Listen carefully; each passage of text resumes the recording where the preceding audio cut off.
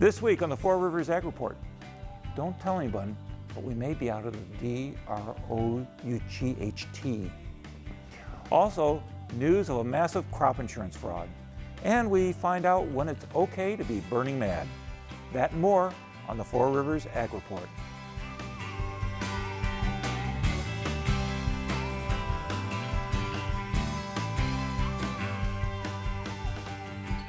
Welcome to the Four Rivers Ag Report. I'm Fred Peralta. Well, 2 weeks ago, I proclaimed it officially spring. Obviously, Mother Nature doesn't care what I proclaim. So we continue to see wet and cold, some of which I had to scrape off my car. And since it's too wet and cold to hang outside, this week I went to the annual Rural Urban Luncheon sponsored by the Coles County Rotary. Thanks for the invite. This year's speaker was Jim Angel, the state climatologist with the Illinois State Water Survey, and he had some good news for the group. I had a chance to talk to him afterwards, and I asked him at what point during last year's drought they knew something bad was happening. Well, we were watching pretty closely the dry weather that started basically in January and extended on through April. And even up through April, we were concerned, but we were also kind of optimistic that we would be able to turn things around and the rains would come again and we'd actually just have a dry spring and that would be the end of the story. But once we got into May, things started to deteriorate in a hurry, and really by June, things had gone pretty far as the crops go. So in short order, we went from just a minor concern to a major drought that had big impacts, obviously, on agriculture and then later on water supplies. So what were some of the things you were watching last year, Jim, that you thought, uh-oh, this could be something bad? Well, the first thing we were watching was the lack of snow or any kind of precipitation last winter. We had, kind of like this year, we had a lack of snowfall, and also we didn't have that much rainfall. This year we've had some rainfall that's replaced the snowfall, so we're in better shape. But last year is very dry, very warm, and so by the time you get into March, already the soil moisture was dried out. The stream flows were very low for this time of year. In fact, you look at a lot of rivers and creeks and stuff, they look more like they do in August than they do in March. So we were very concerned at that point about some of those issues. And then, like I said, things got worse after that. Are we started off in a better position this year? Yes, we have. If you look at this year already, we're running about 1 to 2 inches above the long-term average across Illinois. So not just here in central Illinois, but across the state, we're very wet. Whereas a year ago, up through this time, we were already about 1 or 2 inches below normal. So we're already behind the 8 ball, so to speak, at that point. But so we're in much better shape this year already. And then if you look at stream flows and lake levels and soil moisture, all of those look to be in great shape right now. Now we sort of recharge our soils, but come this summer, should we be concerned about any drought to the west? That's a good question. There's always some concern that the big drought to the west of us on the other side of the river might spread over into our area. That's probably a bigger concern, I would say, in western Illinois at this point, because they're much closer to the action than we are in this part of the state. And just looking at past droughts, that's kind of been the tendency, is they get caught up in those out west, where we tend not to. Ours seem to be a little bit more independent here of those conditions. Now, we've been following the story of the Mississippi River water levels lately. Is that something we should continue to be concerned about?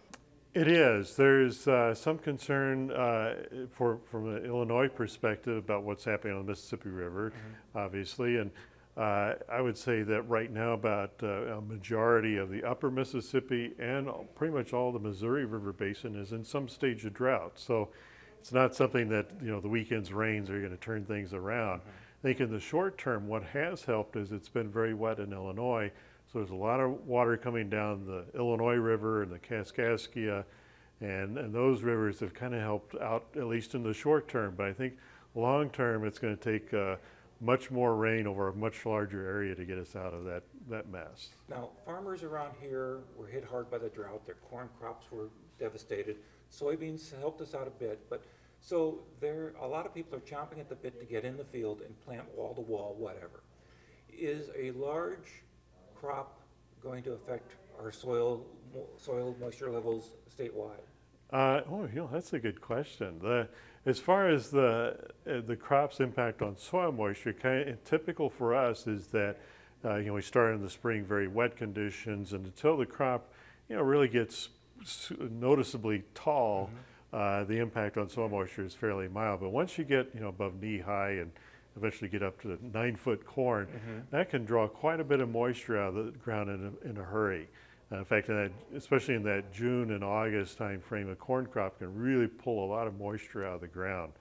And we have seen that impact on humidity levels in some cases where humidity will shoot up in July because of that. So it definitely does have an impact on both the soil moisture, pulling it out of the ground and putting it in the atmosphere as well. So basically it depends. Yeah, that's right, it depends, so we'll see. You also talked about 100-degree days hitting the crop at a critical point. The forecast is for above average temperatures. Is that something we should be concerned about this season? It really depends on how much moisture we've had. If we come into this with a wet spring, being on the warm side in the summer by itself isn't necessarily a concern. The way they couch that is in terms of it's like 2 to 3 degrees above average. So we're not talking about 115-degree weather necessarily, but it could be on the warm side. Probably the key question is, does that mean it's going to be warm during the day or at night? That has an impact on the crop yields as well. So it'll be interesting to see how that part of it plays out. But the fact that if we have a wet spring, we should have good soil moisture going into the growing season. So that'll help tremendously.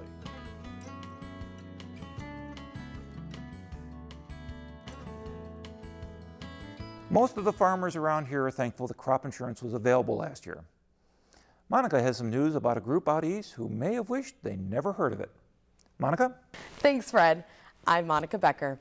The Associated Press is reporting that federal investigators have uncovered a huge crop insurance fraud scheme in North Carolina. Over 40 defendants are implicated in a scam to steal reportedly over $100 million. The scheme allegedly had an insurance agent recruiting farmers to take out large policies and then claim large losses. The agent and others would then help the farmers sell their hidden crop through warehouse operators who were in on the scheme. Claim adjusters would receive cash payoffs ranging from $400 to $2,000 to falsify the claims. The fraud took place for years until 2005, when authorities started to use computers to compare insurance claims data across the country looking for problems. Years of investigation followed, and the first set of defendants have just recently been found guilty, and many are cooperating in the continuing investigation. State financing is in the news. Governor Quinn submitted a new state budget with plenty of cuts to many departments and programs, including education. One department that avoided the budget axe, the Illinois Department of Agriculture's 2014 budget, which stays the same as last year's budget of $20.8 million. But agriculture isn't necessarily off the hook with the state's finances. The House Revenue and Finance Committee will hold a series of hearings on the farmland assessment system that is based on the land's ability to produce crops. In short, the better the soil, the higher the assessment. In the current system, the more productive soils could potentially be assessed at the same level as less productive ground. The hearings have not been scheduled at this time, but we'll try and get those posted as soon as we can. Do you want to have the ear of someone other than your cornfield? Petitions for seats on the Illinois Corn Marketing Board are now available. To be eligible, you have to be a corn producer who has produced and marketed corn during the 2012 commodity year, of legal voting age, and have lived in the district to be representative. District 12 covers Clark, Coles, Crawford, Cumberland, Douglas, Edgar, and Jasper counties, so in other words, everywhere that can see this program. And in order to have their name placed on the ballot, a candidate must submit a completed petition containing signatures of 200 producers residing in the counties of the district to the Director of Agriculture by May 15th. Petitions are available from the local University of Illinois Extension offices or the Department of Agriculture. And if soybeans are more your thing, the Illinois Soybean Board is looking for farmers interested in filling 2 of Illinois' 4 director positions with the United Soybean Board. Any soybean farmer who is affected by the soybean checkoff is eligible to serve. To be considered for the national leadership position, farmers must complete the required application and agreement to serve statement, and then return them to the Illinois Soybean Association office by Monday, April 15th, 2013. For more information, contact the Illinois Soybean Association. There's gold in them there hills, or should I say fields. A 173-acre farm in Champaign County was auctioned last week. The winning bid was $15,375 an acre, a record high for a central Illinois county. Joe Boubon, an agriculture realtor, said that this is the first time in Champaign County that we've seen a sale top $15,000 that didn't have some development component associated with it. This was just a farm. For those of you who don't want to do the math, that's $2,700,000. With land like that, who needs a Powerball ticket? That's all for this week. Thanks for watching. I'm Monica Becker.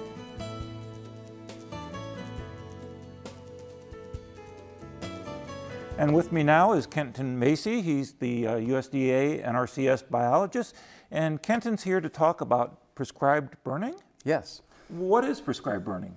Prescribed burning is mainly a way of managing grasslands and woodlands so that you can reap more benefit from them in terms of wildlife and in terms of better plant growth and that sort of thing. So how do you, what's the process of prescribed burning? Well, the process of prescribed burning is to safely set fire to an area so that it performs the objectives that you want it to have and not get away from you and cause problems that you really don't want. Okay, so why would somebody want to burn up part of their field? Well, the reason that we usually recommend burning in some instances is to remove dead plant residue. This plant residue, when it's removed, allows small animals like quail chicks and pheasant chicks and other small animals to get through a field that's basically locked away from because of the thatch and everything. When a quail chick comes out of the egg, it's only about as big as your thumb. Oh my goodness. And its legs are half that. So if you're walking through your grass field and you look down and you think, well, there's no way a quail chick can get through that, you're probably right. Okay. And so that's one reason. Another reason is that by removing that thatch, the sunlight can come down and hit the soil surface, and that allows forbs, which are basically non-woody broadleaf plants like the clovers and alfalfa and wildflowers of all sorts, to grow. If they don't get that sun, they just won't germinate and you won't see them out there. So that's another benefit to it. A third benefit is to set back young invasive plants. And that's what we use for woodlands a lot. And then like what? Well, like bush honeysuckle and autumn olive have been taking over a lot of our woodlands. And so prescribed burning can help in that respect. Get them while they're small before they take over. Exactly. Okay. And then the last thing is that it releases a lot of the plant nutrients that's tied up in the dead plant matter so that the young growing plants can take advantage of it. So you're helping nature recycle the nutrients back into the soil for something else. Okay, well, I've been around for just a little while and I found out that fire and idiots don't mix. This is true. So is it dangerous? Oh yes, it can be. But what we try to do when we do prescribed burns, we write a burn plan for that field. And so it outlines the weather conditions to look out for, the fire breaks to build, the types of manpower and equipment that you need, and also the smoke instances where you want to keep it away from roads and other places. So you just don't wake up on a Saturday and say, what the heck, I'm going to burn up this field, right? Well, you can, but you know, with the burn plan, and then we also recommend a person getting an Illinois Environmental Protection Agency burn permit. What it does is provides a couple layers of protection so that, you know, when you go out to do the burn first, it should be done safely as long as you're doing it according to the plan. And then secondly, if it does happen to get away from you, then if you get dragged into court, the jury is going to look a lot more favorably on someone who's tried to follow the plan and do it as safely as possible versus a guy that walks out there when the wind's howling, lights the match, and goes to the coffee shop. So when is a good time to do the burning? Well, usually we're doing burns in the spring and in the fall. Usually February through early April is the time that we're looking at, especially for grassland burns, and more after the leaves drop in the fall, more for woodland burns. So now's a great time to think about it. It clears off the old stuff, it lets the sun hit the new stuff, and you're helping nature promote stuff. If somebody's interested in how to set up a prescribed burn and any other information, what do they need to do? What they should do is contact our agency, the USDA, Natural Resources Conservation Service, in the county they're in. And then they will get in touch with someone who can come out and write the burn plan for them. Okay. And so we'll go out, take a look at the field, try to determine what kind of hazards might be out there, and write the burn plan for that field. And then also that gives them time to apply to the IEPA for their burn permit. And usually you need about 3 months lead time to get all that done and everything. So come in, you know, if you're thinking, it's a little late for this spring, but if you're thinking about this fall, then come in and we can work with you on that. And if you missed it this spring, you know, get in line for the fall burn. Exactly. Okay. Well, Kenton, thank you so much. Well, thank you for having me.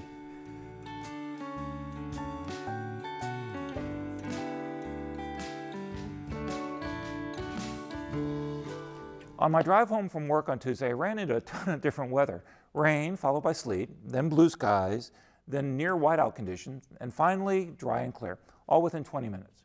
If I remembered how to read the clouds, I might not have been in for such a surprise. This week, Cameron Craig gives us a crash course in cloud reading on this week's Under the Four Rivers Skies.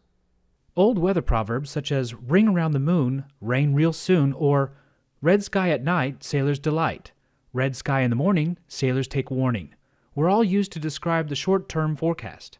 These sayings were based on the appearance of clouds or the condition of the sky. Many of these proverbs, used by farmers in the very old days, were excellent forecasts and are still used today. In 1804, Luke Howard, an amateur meteorologist from England, developed a classification scheme based on the appearance of the cloud formation. There are essentially 3 basic cloud forms: stratiform, cumuliform, and cirrus. These forms are defined from the Latin terms that describes their appearance in the sky. For example, stratus in Latin is translated as layered. Clouds that exhibit a layering effect will contain the root stratus. Cumuliform describes the cloud's appearance as being stacked. Finally, cirrus clouds are defined as hair-like. Each cloud type is categorized according to the basic form, very low to high altitude. Learning the different cloud types is relatively easy if you notice the patterns, size, and height. It is important to remember that these are basic cloud types, and it is possible that nature can provide several different cloud combinations within a single day or even hour. Stratus clouds exhibit a layered appearance due to the gradual incline of relatively weak winds associated with an oncoming warm front. As the wind blows, cloud droplets are spread across the sky, giving a layered appearance. Stratus clouds are typical of the stratiform definition, layered at the low altitude. It is the cloud that provides for a gloomy day. Altostratus clouds are found within the middle altitude. When the sun shines behind this cloud, the cloud appears milky and fibrous. Cirrostratus clouds are found in the higher altitudes. A halo around the sun or moon can be used to identify this cloud.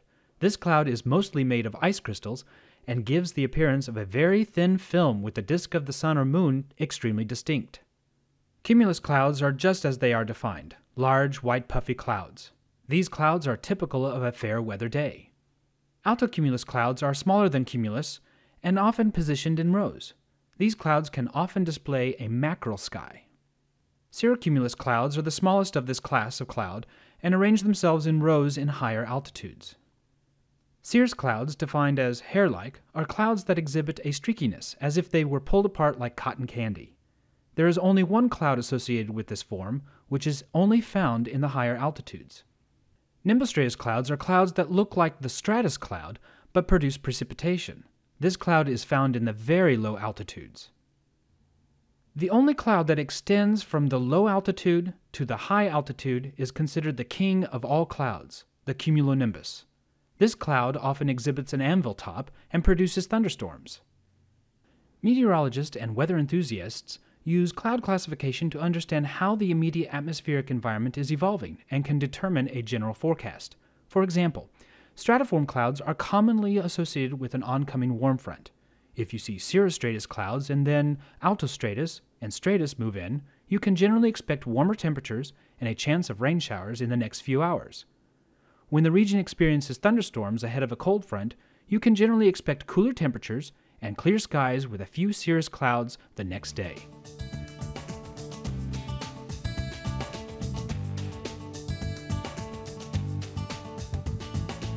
Hi, I'm Jessica Killo with your Inside Extension. Don't forget, we will be hosting the workshop Putting Small Acres to Work this Saturday, the 16th, from 8 a.m. to 1 p.m. at Sarah Bush Lincoln. The general session will discuss energy alternatives for small acreage. Breakout sessions include maintaining a healthy pasture, small acreage for beekeeping, fencing for livestock, poultry and egg production, money does grow on trees in your woodland, growing vegetables, and selling through a CSA. Registration begins at 8 a.m. at the Education Center. Family Life educator Sherry Burcham will begin teaching the class You and Your Young Child Parenting 101. The classes will begin next Tuesday the 19th and be held every Tuesday through April 30th at Lakeland College from 6:30 till 7:30. The classes will focus on how to feel more empowered as a parent during difficult development stages of your child. Registration is required by going to Lakeland's website or by calling 234-5434. And for more information, visit our website. This week is also Shelby County 4-H Week. Be on the lookout for window displays in Shelbyville, Windsor, Strasburg, Siegel, Moweaqua, and Assumption. 4-H members in Shelby County will be partaking in a variety of activities, including taking baked goods to the county board meeting, the amazing race, a skating party, international night, wear your 4-H t-shirt day, and family fun night. If you are in Shelby County and would like to participate in all these exciting activities and more, call the Shelby County Extension Office at 217-774-9546. And as always, to receive updates on programs and more information, like us on Facebook and check our website. From U of I Extension serving Coles, Cumberland, Moultrie, Douglas, and Shelby counties, this has been Jessica Killo with your Inside Extension. One of my favorite memories of my father-in-law's office, it was really just the corner of the playroom, was a framed photo he had of the aerial view of the family farm. It was old and faded, and it was before the interstate came through, but it hung in a spot of honor right above his farm books. Todd Gleason remembers those photos and found a person who just might have one of your family farm many years ago. Those hand-painted photos that hang on the walls of most farm homes in the United States were taken long ago, and the films, well, they still exist. Tom Wolfe of Vintage Aerial is more than willing to take you on a flight through your neighborhood. Just log on from any computer. You'll see a picture of me and my family in front of my barn, and that's how I got connected with this company. I bought some photos for them over the years, and all over the country they've taken aerial photos from a small plane, and back in the day they used to send salesmen door to door, and they'd show the pictures and sell enlargements, and they saved all the film over the years. And so the photos that I have for you today are from 1966. That's right. He said 1966. And get this, there are 26 million farmstead photos in the library from 41 states. And Tom Wolfe, well, he's a great guide. What I have in front of me is the map that was actually in the plane with the pilot when he took these pictures. Now this is the coolest part, because as we scroll through here, not only are you looking for your picture, but you get to see all your neighbors' properties, and it's kind of like walking down memory lane and seeing. Did you grow up in this area, by the way? Yeah, actually, the first place we're going to, as long as it comes up, is where I grew up. Okay. That's well, it. No kidding. You'll probably recognize all these places since you grew up there. Now, this is the next farm north. Yeah, that's the Conradys. Okay. Now we're moving on down the road. That's Altman's. That nice round barn is gone, or the round top. That's the Theobald place. Okay. And that's Steve Walsh's. That is my brother Larry's place. And that's Larry's place from the flip side. Called it that one right there. This is the one you're looking for? The answer is yes. Mom and Dad bought this place in 77 or 78. And the home that you're looking at was built in about 1860. And the question at the time when they bought it was whether they were going to bulldoze it in or remodel it. What'd they do? They remodeled it. And Tom Wolf from Vintage Aerial let me relive that memory and create one from my home that I couldn't possibly have done on my own. And he can do the very same for you right there online at vintageaerial.com. I'm Todd Gleason. And finally, some of you were kind enough to call in with our pledge last week, but we're still behind our goal. WEIU is in the middle of our spring pledge drive, and your membership is important to us. It helps us continue to bring quality local and national programs to you. You can pledge online at weiu.net or call us at 1-877-727-9348 during regular business hours. You're welcome, Gina. There's a variety of membership levels and thank you gifts, but most important thing is just to support your local PBS station, WEIU. We thank you. So work hard, be safe, and while you may have to wait a little bit longer to see them, enjoy those beautiful sunsets. I'm Fred Peralta, and thanks for watching the Four Rivers Ag Report.